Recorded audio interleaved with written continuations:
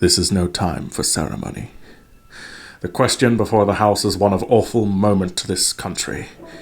For my own part, I consider it as nothing less than a question of freedom or slavery, and in proportion to the magnitude of the subject ought to be the freedom of the debate. It is only in this way that we can hope to arrive at truth, and fulfill the great responsibility which we hold to God and to our country. Should I keep back my opinions at such a time, through fear of giving offence, I should consider myself as guilty of treason towards my country, and of an act of disloyalty toward the majesty of heaven, which I revere above all earthly kings. Mr. President, it is natural to man to indulge in the illusions of hope.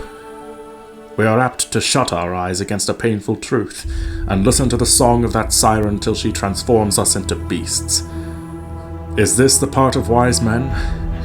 Engaged in a great and arduous struggle for liberty? Are we disposed to be of the number of those who, having eyes, see not, and having ears, hear not, the things which so nearly concern their temporal salvation?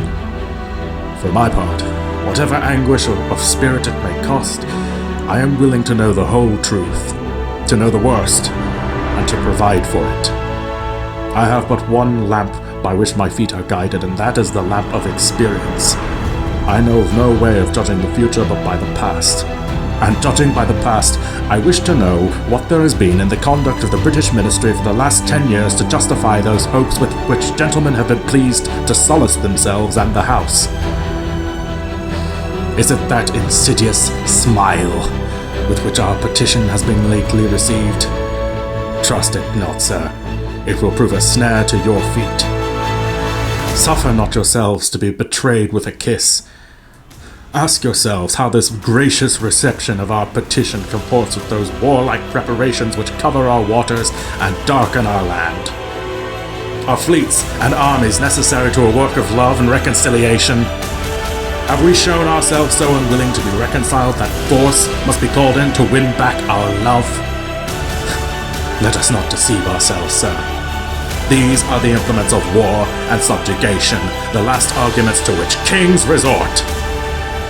I ask, gentlemen, sir, what means this martial array, if its purpose be not to force us to submission? Can gentlemen assign any other possible motive for it? Has Great Britain any enemy in this quarter of the world to call for all this accumulation of navies and armies? No, sir, she has none. They are meant for us. They can be meant for no other.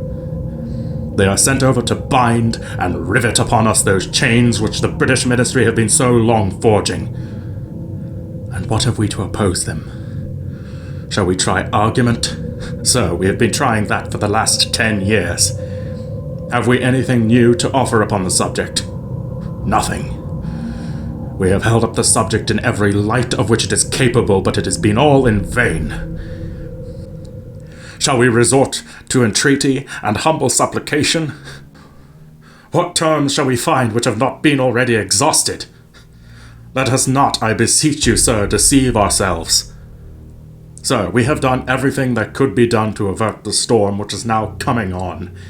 We have petitioned, we have remonstrated, we have supplicated, we have prostrated ourselves before the throne, and have implored its interposition to arrest the tyrannical hands of the ministry and parliament. Our petitions have been slighted. Our remonstrances have produced additional violence and insult. Our supplications have been disregarded, and we have been spurned with contempt from the foot of the throne. In vain, after these things, may we indulge the fond hope of peace and reconciliation. There is no longer any room for hope. If we wish to be free, if we mean to preserve and violate those inestimable privileges for which we have been so long contending, if we mean not basely to abandon the noble struggle in which we have been so long engaged, and which we have pledged ourselves never to abandon until the glorious object of our contest shall be obtained, we must fight! I repeat it, sir, we must fight! An appeal to arms and to the God of hosts is all that is left us. They tell us, sir, that we are weak, unable to cope with so formidable an adversary. But when shall we be stronger? Will it be the next week? Or the next year? Will it be when we are totally disarmed, and when a British guard shall be stationed in every house? Shall we gather strength by irresolution and inaction? Shall we acquire the means of effectual resistance by lying supinely on our backs and hugging the delusive phantom of hope until our enemy shall have bound us hand and foot? Sir, we are not weak if we make a proper use of those means which the God of nature hath placed in our power. The millions of people armed in the holy cause of liberty, and in such a country as that which we possess, are invincible by any force which our enemy can send against us. Besides, sir, we shall not fight our battles alone. There is a just God who presides over the destinies of nations, and who will raise up friends to fight our battles for us. The battle, sir, is not to the strong alone. It is to the vigilant, the active, the brave. Besides, sir, we have no election. If we were base enough to desire it, it is now too late to retire from the contest. There is no retreat but in submission and slavery.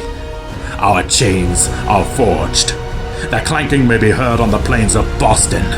The war is inevitable, and let it come.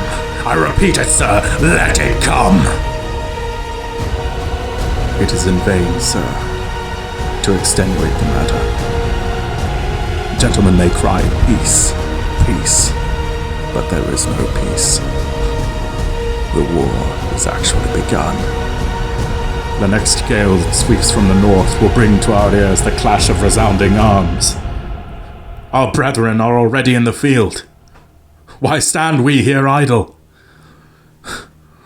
What is it that gentlemen wish? What would they have?